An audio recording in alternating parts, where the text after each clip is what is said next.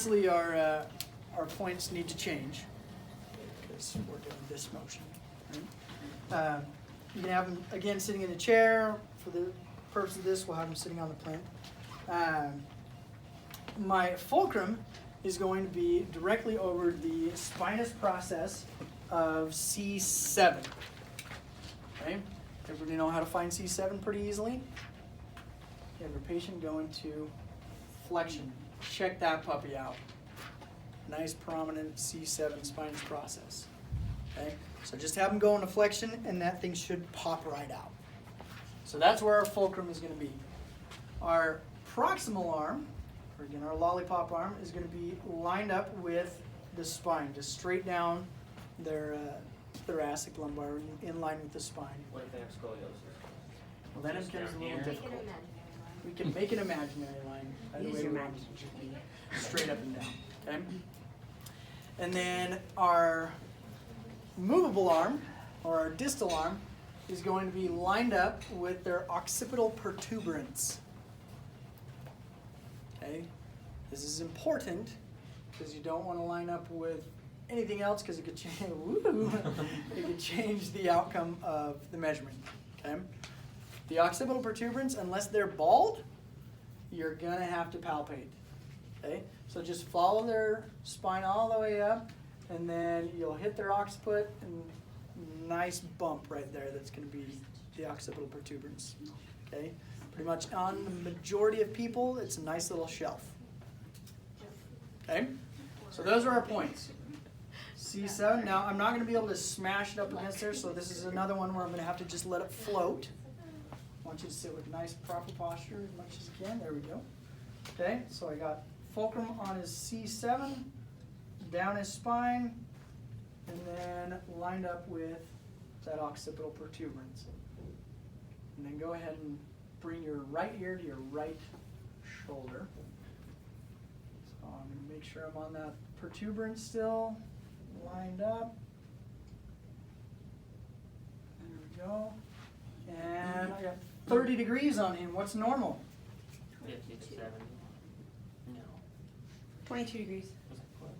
22. So you're just 30 off. Everything you're missing. Yeah.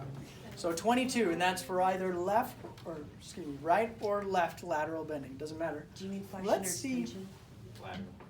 Because the skills check says lateral flexion and extension. I don't know why. Right. Extension, flexion. So let's see what he's got on the other side. Let's see if it's similar. Just so we can check here. Okay, go ahead and left.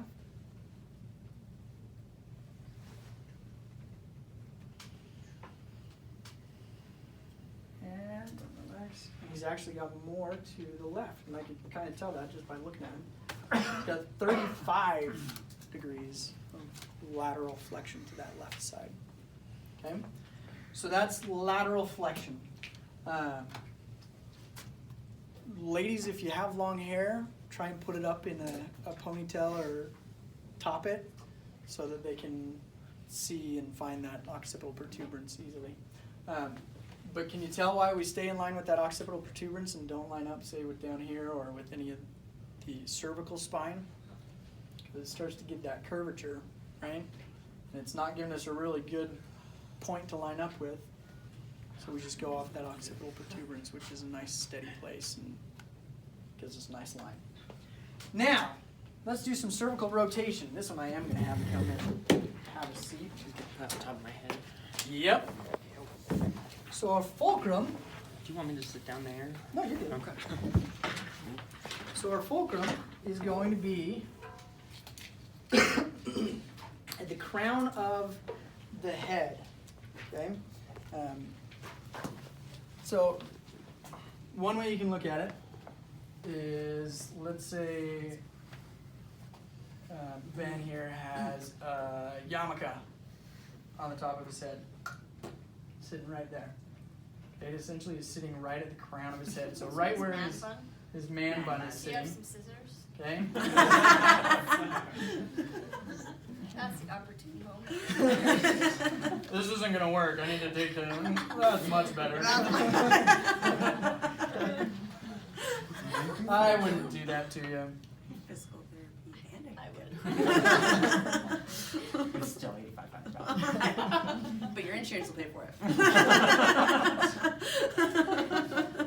Okay, so I find the crown of his head. That's going to be my fulcrum. My proximal, or my non-moving arm, is going to be lined up with his acromion process. So I want you to, again, get that proper posture. There we go. I'm going to line up with the midpoint of his acromion process. And then I'm going to line my distal arm up with the tip of his nose. Okay? And those are my points. And this one, we need to make sure that our patient has that proper posture, because if they start to do this, it's going to greatly change the outcome of the test, right? And patients have a habit of doing that, because if they're like, if they can't move very far, they'll bring that shoulder, because we'll tell them, okay, I want you to look over your left shoulder, and they'll be like, oh, I totally can, look at that. But half that motion came because they went into protraction, right? So we want to make sure we're keeping an eye on those shoulders. Are you bored? Sleepy? Not bored. Yes, board. Okay, while keeping that proper posture, I want you to look to your left as far as you can.